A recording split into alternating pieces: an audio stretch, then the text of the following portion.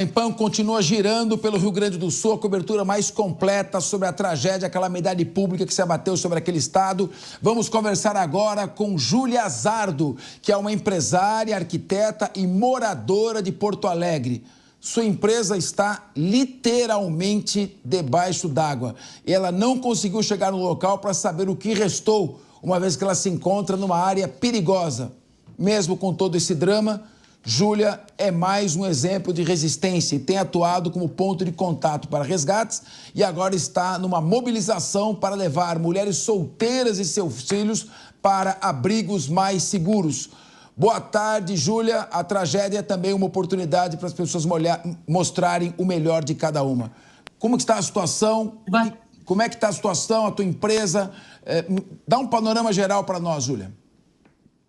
Boa tarde, Fernando, tudo bem? Obrigada pela cobertura que vocês estão fazendo. Eu acho fantástico que o Brasil entenda o que está acontecendo aqui.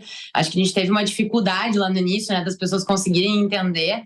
E eu acho que eu até me coloco no lugar delas, porque a gente, de longe, vê outras catástrofes, né? E é difícil tu te sensibilizar sem estar vivendo aquilo, né? Aqui a gente está, assim... são fases, né? Eu acho que no início ali a gente tinha um cenário de guerra, uma coisa absurda. No sábado à noite eu recebia áudios de pessoas chorando, dizendo que estavam em cima do telhado. Foi bem estranho, assim, viver aquilo, sabe? E depois foi acalmando um pouco, porque o pessoal de resgate foi ajudando muito, assim, foi uma mobilização fantástica que a gente viu. Pessoas indo para a água sem medo do que aquela água teria ou que eles poderiam vir a pegar alguma doença, alguma coisa assim. Então, assim, foi um movimento muito lindo de se ver. Mas a gente vai tendo fases, né? E agora acho que a gente está começando a entrar numa segunda fase aqui. A gente sabe que, nesse momento, vocês estão, como você disse, ainda é uma fase de entender, de absorver. A população está numa situação de choque. Depois vai vir o estresse pós-traumático e uma série de assimilações que tem que ser feitas.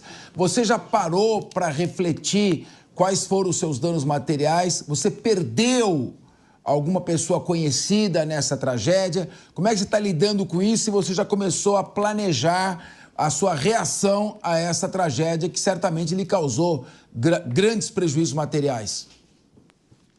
Com relação a perdas, nós somos um dos primeiros locais atingidos, né? Nossa fábrica, ela fica no 4º distrito, que é muito próximo ao rio, foi uma das primeiras áreas aqui de Porto Alegre que encheram. A gente não tinha noção da magnitude da água, assim, o quanto ela subiria. Nós subimos materiais para cima das mesas dos funcionários, assim, na intenção de fugir da água. E aí, no dia seguinte, pela manhã, sexta-feira à noite, começou a subir. Sábado pela manhã, meu pai e meu outro sócio foram na empresa e levaram esses materiais para um outro local, porque a gente começou a entender que realmente ia subir mais, a água já estava pela cintura. O nosso maquinário, a gente tem uma fábrica de esquadrias, o nosso maquinário está todo debaixo d'água. A gente não consegue nem quantificar a perda ainda, então é uma coisa que a gente vai entender só quando essa água realmente baixar. O que a gente conseguiu fazer é se organizar entre os sócios e entender agora, né? O que a gente vai fazer? Então, agora é priorizar ajudar os nossos funcionários, entender se todo mundo está bem, como que a gente vai se organizar nessa semana, como que a gente vai produzir o que a gente tem para produzir. Então, a gente conseguiu fazer esse esquema, assim, de imediato, né? O que foi muito bom também ter outros sócios, porque eles conseguiram focar nas necessidades da empresa e eu consegui me manter liberada para ajudar com os resgates, né? Então, a gente conseguiu se dividir, cada um olhando para um lado, para um canto, né? E conseguir ajustar isso. Graças a Deus, a minha casa não foi atingida, então eu nem lembro, às vezes, de como é que tá a empresa, sabe? Eu tô só no modo operacional, assim. No domingo à noite, segunda à noite, as pessoas de Eldorado que estavam me pedindo resgate há 3 dias começaram a chegar em Porto Alegre e eu comecei a receber mensagens de que elas tinham chego. E isso me deu um alento, assim, eu acho que aquilo me tranquilizou tanto que ali foi o momento onde eu parei para pensar e eu dei uma desabada, assim, sabe? Foi difícil, até algumas amigas psicólogas falaram, não esquece de olhar para ti, enfim, porque a gente realmente só quer ajudar quem necessita mais, né? Mas eu acho que a gente vai precisar olhar para isso com mais carinho daqui para frente. Agora é ligar o botãozinho automático e ajudar quem precisa. Ô, Júlia, nós estamos aqui também preocupados com o problema de segurança pública, né? A gente soube que, infelizmente, há pessoas que se aproveitam nesses momentos para praticar assaltos e até crimes mais graves. E o deslocamento da polícia, no caso a brigada militar, é mais difícil por todas as questões que ocorreram. Nós estamos aqui conosco uma delegada de polícia muito experiente, que é a doutora Raquel Galinatti. Ela quer te fazer algumas perguntas sobre informações que você possa ter ligadas a esse problema adicional que surge pela falta de caráter e oportunismo de algumas más pessoas. Doutora Raquel Galinatti, sua pergunta para Júlia Zardo. Júlia, toda a nossa solidariedade por esse momento realmente terrível, essa tragédia que assola o estado de Porto Alegre, o estado do Rio Grande do Sul, toda a nossa solidariedade. Mas notícias têm sido colocadas sobre denúncias de supostos abusos sexuais contra crianças, contra mulheres, que estão ali abrigadas em alojamentos, estão muitas vezes resgatadas sem os pais. Eu gostaria de saber se as autoridades, principalmente o Ministério da Mulher, têm notícias, têm tomado alguma providência em relação a isso? E parabéns por sua atuação, principalmente focando as mulheres no resgate. Parabéns por sua atuação. Obrigada. A gente começou a receber várias informações. É que, assim, a informação ela se dissemina assim, na internet de uma forma muito rápida, né? Então, a gente tem uma dificuldade no início de entender o que é verdade ou não e como que ela está acontecendo. Começou a aparecer essas informações na internet, principalmente de voluntários que estavam nos abrigos comentando. E daí aquilo me tocou assim de uma forma e eu comecei a me movimentar com a intenção de abrir um abrigo especial para mulheres e crianças.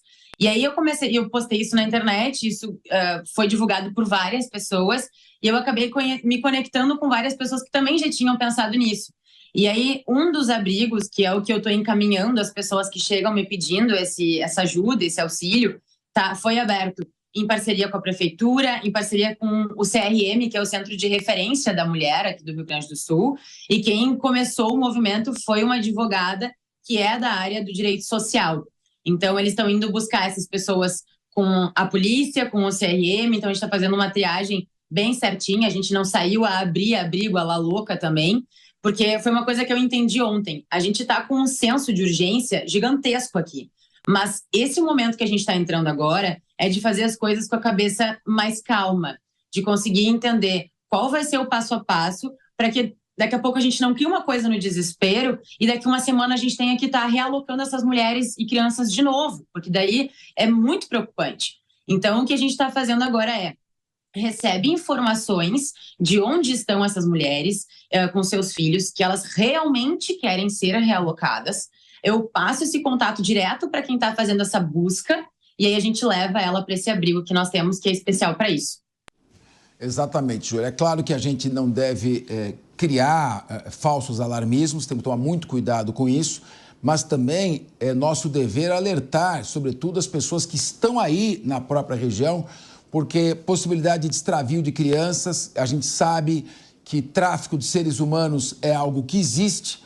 Hoje é a organização criminosa mais rentável no mundo e é preciso ter muita atenção, muita observação, adulto andando com a criança, verificar o comportamento da criança para denunciar e reportar às autoridades.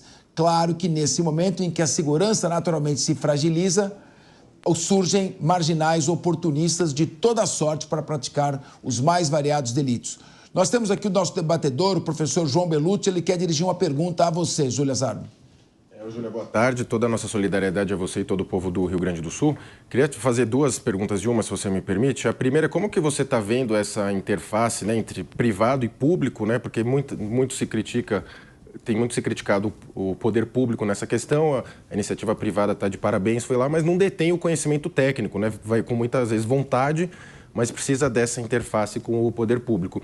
E a outra seria no âmbito da sua área de arquitetura e urbanismo, que certamente, só de olhar a geografia do Rio Grande do Sul, o próprio nome Rio Grande do Sul, né, a gente vê que em termos de urbanismo tem muitas obras que certamente serão necessárias daqui para frente, que já eram necessárias, né, e que certamente são discutidas em termos da academia, da pós-graduação. E quais que seriam as principais, futuramente, né, depois de que se resgatarem todas as pessoas, fazerem todo o trabalho que tem que ser feito, qual que seria a obra necessária aí de vazão, né? Porque certamente, se não fizer nada, acontecerá em algum outro momento uma enchente desse tamanho. Bom, obrigada pela preocupação, João. Assim, com a primeira questão ali da união, governo e público, existe sim um sentimento de que o poder público poderia e deveria estar fazendo mais, tá? Eu digo deveria porque são pessoas que são contratadas para entregar tranquilidade, segurança, melhor condição de vida para a população, tá? Então esse é o meu ponto. Num momento como esse, eu acho que a gente fazer as conexões é fundamental. Eu fiz algumas críticas, provavelmente ainda vou fazer, mas eu acho que no momento é a gente focar como que a gente pode se unir e tentar fazer da melhor forma possível, né? Acho que a gente às vezes entra num modo assim de querer reclamar, eu acho que é normal, tá todo mundo estressado, né? Mas eu acho que agora é a gente pensar como que a gente pode unir forças e fazer as coisas acontecerem. A iniciativa privada está sendo muito mais numerosa e está fazendo a coisa acontecer muito mais rápido, até porque a gente sabe fazer as coisas montando um plano de ação, porque se não for assim a gente não sobrevive, né? Como empresário, por exemplo. Então acho que a gente está muito mais preparado para agir rápido do que o poder público. Então eu acho que é natural que a gente esteja em mais maioria e esteja puxando o poder público, né? Então esse é o meu ponto com relação a isso. Mas com relação à questão das mulheres, por exemplo, ela foi uma iniciativa pensada totalmente da iniciativa privada, mas a gente precisou do poder público para fazer esse abrigo ser um abrigo legal, né? Então, não dá para descartar também. Tem abrigos que estão sendo abertos, isso é um ponto de reclamação, assim. Tem abrigos que estão sendo abertos para ajudar as pessoas, e eu fiquei sabendo agora que a prefeitura está fechando alguns porque eles não são legalizados. Então, também não sei como é que está a situação do abrigo, então, de início eu faria uma crítica, mas eu também não estou lá para ver. Então, temos esses pontos. Com relação à tua segunda pergunta, uma questão que eu acredito que já deveria ter sido feita há muito tempo, porque a gente já tem enchentes, não tão grandes como essas, mas há bastante tempo, é o desassoreamento dos rios, que seria tirar um pouco dessa areia que nós temos, né, nos rios e melhorar, aumentar a capacidade deles, né? Eu acho que é uma coisa que já poderia ter sido feita há muito tempo. E outra, né? As empresas que fazem essa retirada de areia, elas fazem de graça e depois elas vendem essa areia. Então, além de tudo, a gente ainda está mobilizando a economia no estado, né? E uma outra coisa que eu até comentei ontem com amigos, eu até falei assim, desculpa a ignorância, mas não tem como a gente aumentar esse canal de saída do rio, né? Eu acho que é uma coisa também que deveria se pensar, porque o nosso canal que desemboca no mar, ele é pequeno. Então, por que não aumentar isso também? Mas eu também estou falando aqui leiga, tá? Não tenho certeza se essa é a melhor opção.